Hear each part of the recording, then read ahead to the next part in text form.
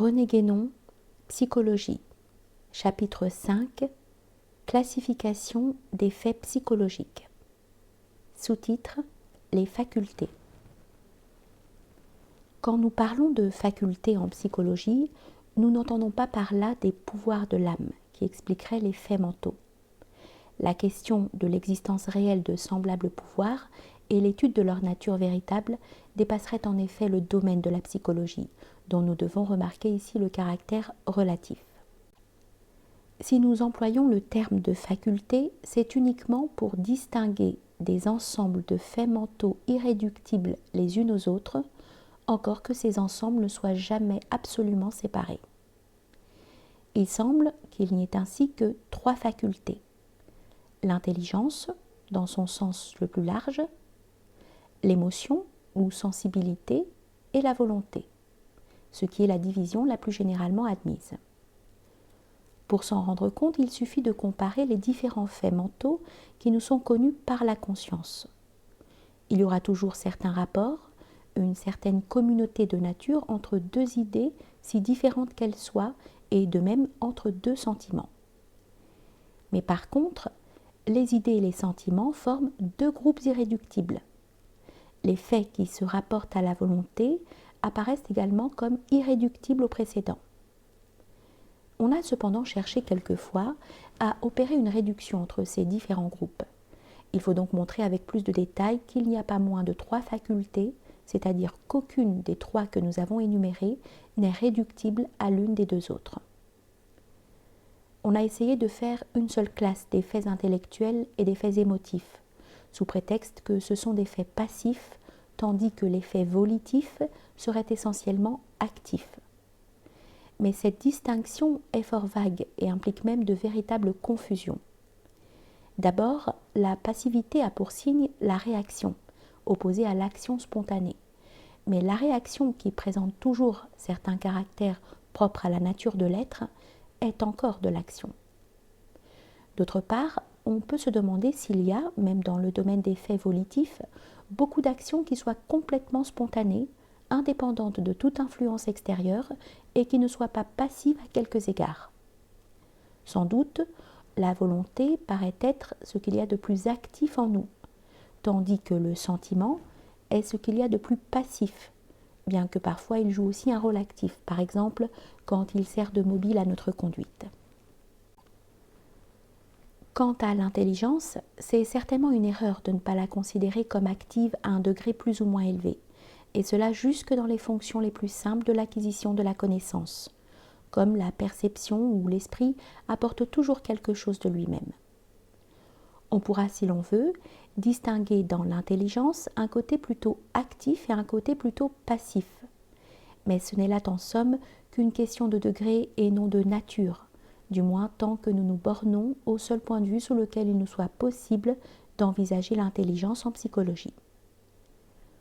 Pour réunir l'intelligence et l'émotivité, on fait remarquer le rôle joué par la croyance, qui est sentiment, dans le jugement considéré comme l'acte intellectuel le plus essentiel. Mais on pourrait tout aussi bien faire remarquer, en sens inverse, qu'il entre de la volonté dans le fait de l'affirmation, qui achève le jugement. Ceci ne prouve d'ailleurs rien de plus que cette vérité incontestable que les différentes catégories de faits psychologiques se mélangent plus ou moins et réagissent les uns sur les autres, ce qui n'est pas une raison suffisante pour vouloir les confondre. En réalité, penser, sentir, vouloir, ce sont là trois formes de l'activité de l'esprit. Cette activité peut avoir des degrés, mais elle est toujours activité, et ce qu'on dit passif dans l'esprit peut devenir actif au plus haut degré dans certaines circonstances. Étudions maintenant les valeurs que peuvent avoir les essais tentés pour réduire à une seule ces trois facultés. Tout d'abord, on ne peut réduire le sentiment et la volonté à l'intelligence.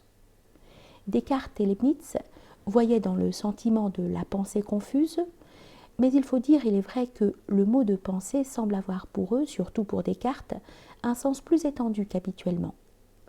Quoi qu'il en soit, on ne peut réduire le sentiment à l'intelligence. Sans doute, il est possible que les sentiments, même ceux que l'on appelle plaisir ou douleur physique, de même que tous les désirs, s'expliquent par des jugements subconscients plus ou moins récents, dont certains peuvent être passés à l'état d'habitude presque organique, mais en tout cas il ne faut pas prendre la cause du sentiment pour son essence.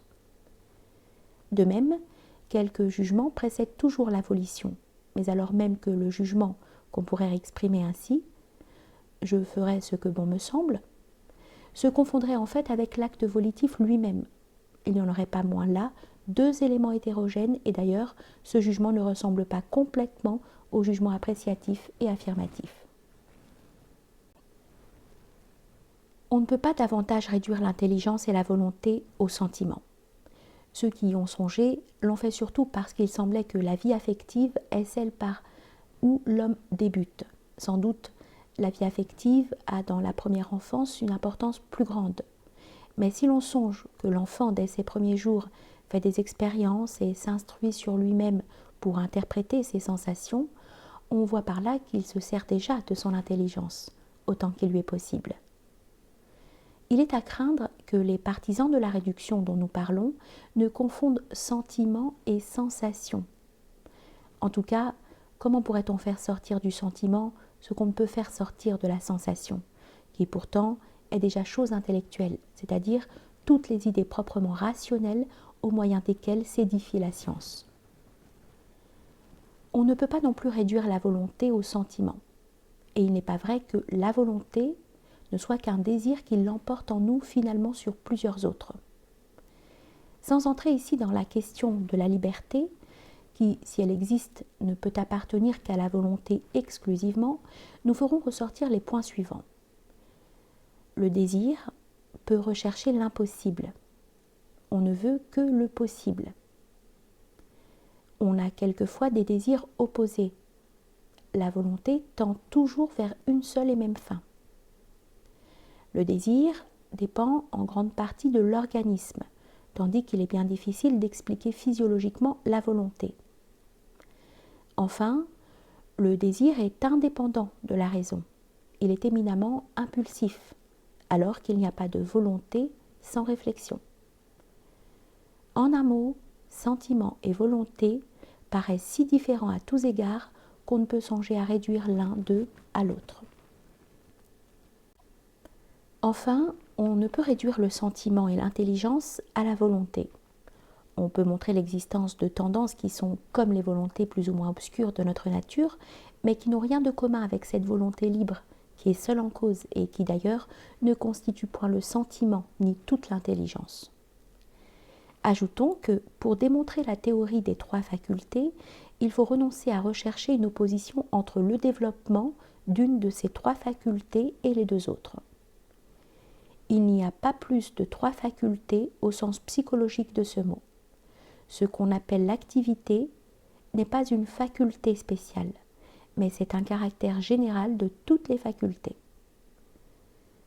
Nous n'avons pas à examiner la question de savoir s'il faut envisager, comme le pensait Aristote, une faculté distincte pour expliquer que l'âme puisse mouvoir le corps, car cette question n'est pas du ressort de la psychologie.